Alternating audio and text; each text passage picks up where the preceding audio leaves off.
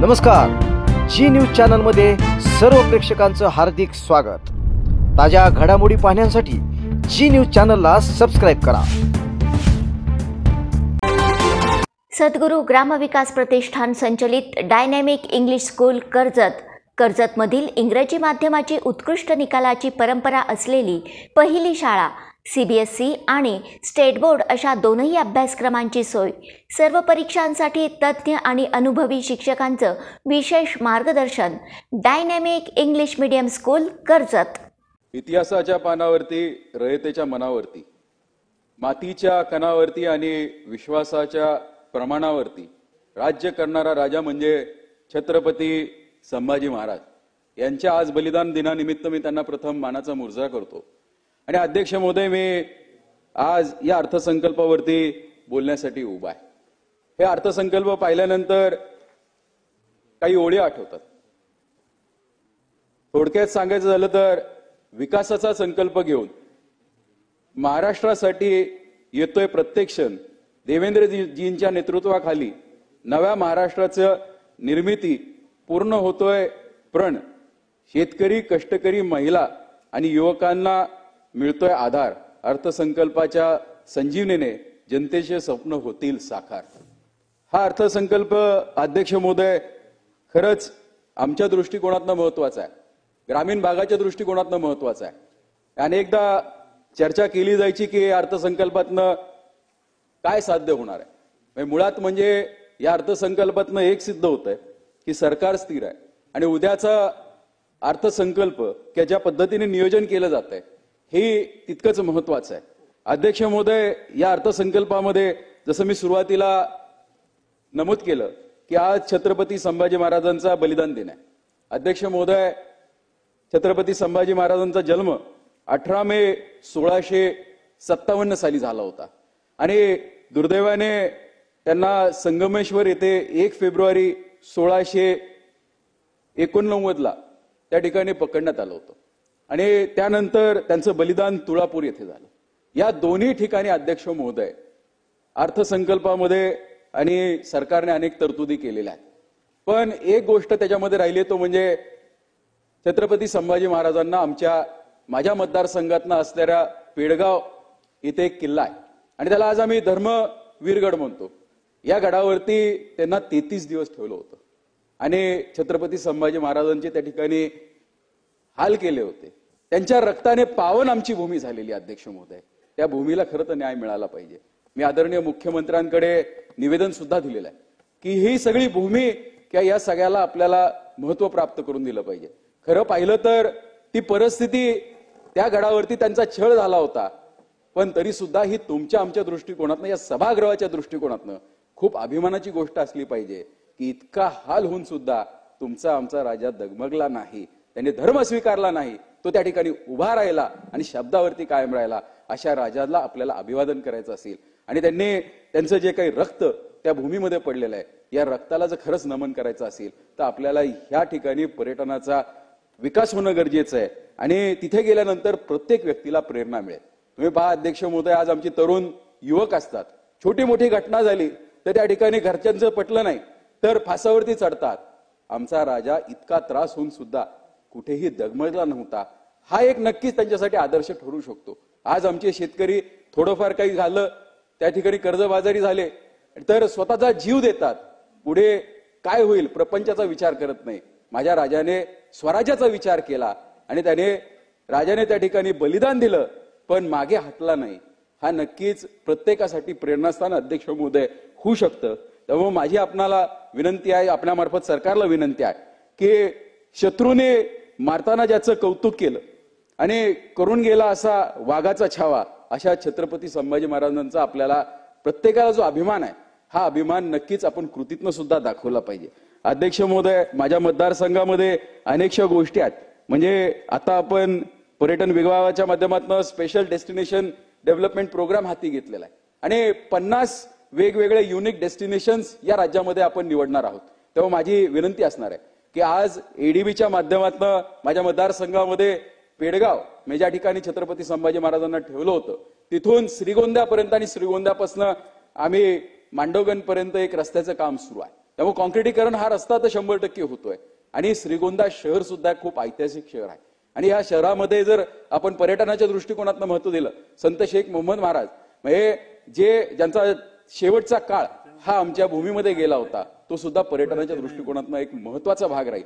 त्याचबरोबर हा रस्ता मांडोगनला जाऊन थांबतो. त्या मांडोगनमध्ये मांडोवे ऋषींनी एकेकाळी असं आख्यायिका सांगितली जाते किंवा एखाद्या वेळेस त्या ठिकाणी ती वस्तुस्थिती सुद्धा असू शकेल, अनेक महिने त्या ठिकाणी यज्ञ चाललं होतं आणि त्यावेळेस असं म्हणलं जातं की प्रत्येक देवाने त्या यज्ञाला हजेरी लावली होती.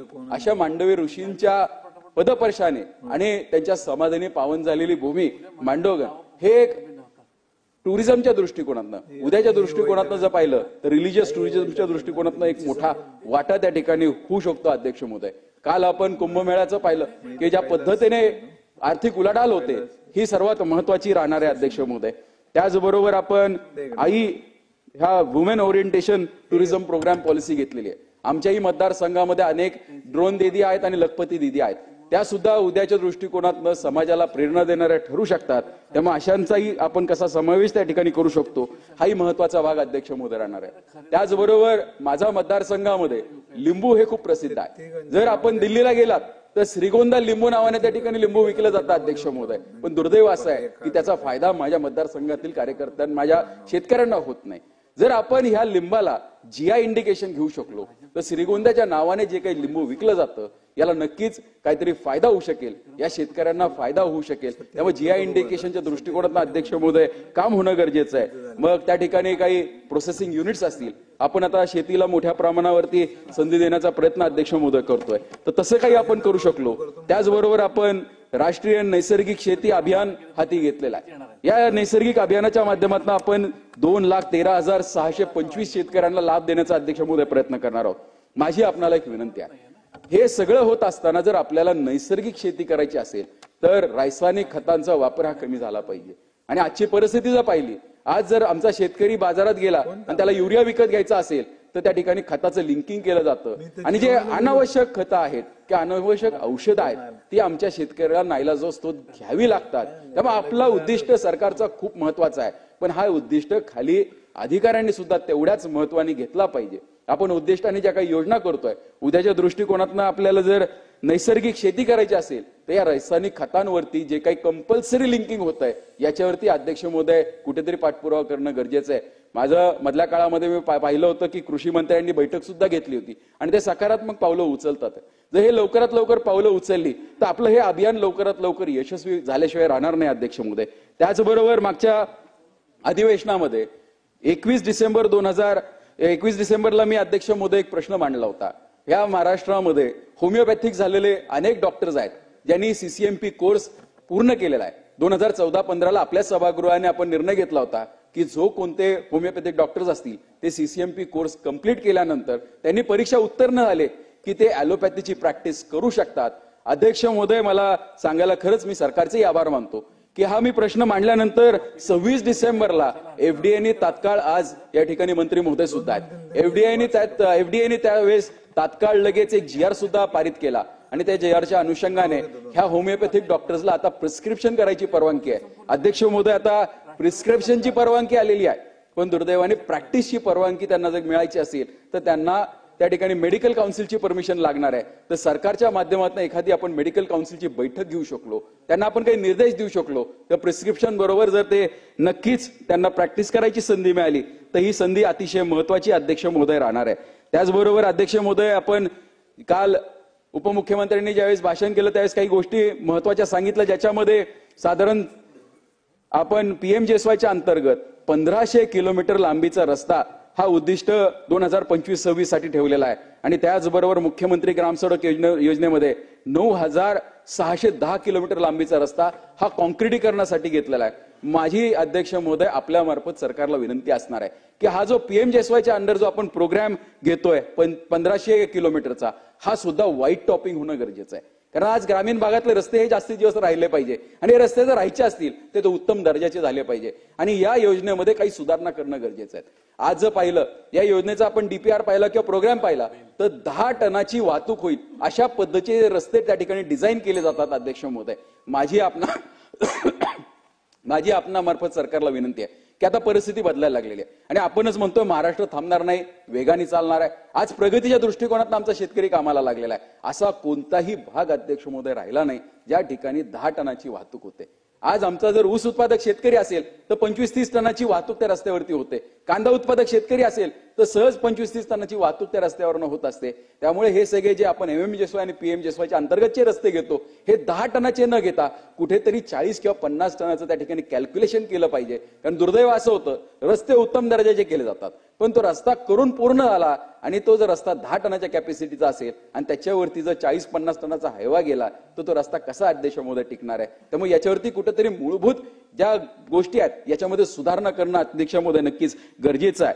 तसं पाहिलं तर अनेक गोष्टींच्या दृष्टिकोनातून पाहिलं गेलं, आज आपण या ठिकाणी परिवहन खात्याच्या माध्यमातून 6000 डिझेल बसेसला आपण CNG मध्ये त्या ठिकाणी रूपांतरित करणार आहोत.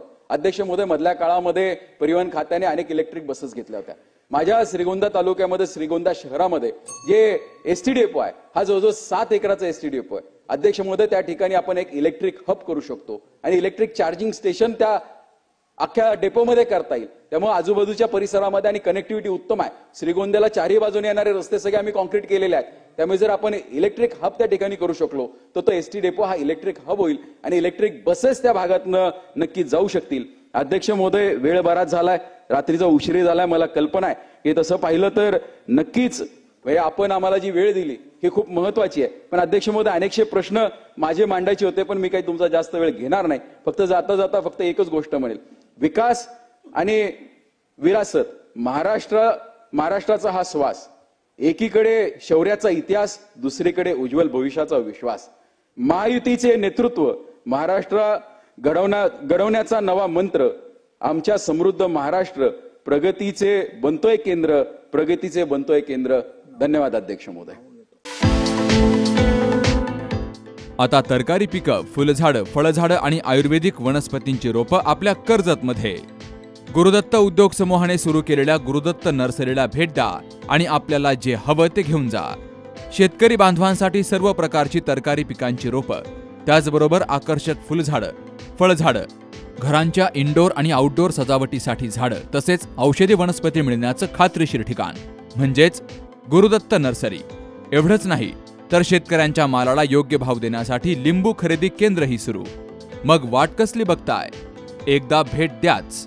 गुरुदत्त नर्सरी, प्रोप्रायटर दादा गोविंद धुमाळ आणि प्रोप्रायटर मनोज दादा निलंगे. ठिकाण निलंगे ग्रीन सिटी, कर्जत राशीन रोड, कर्जत.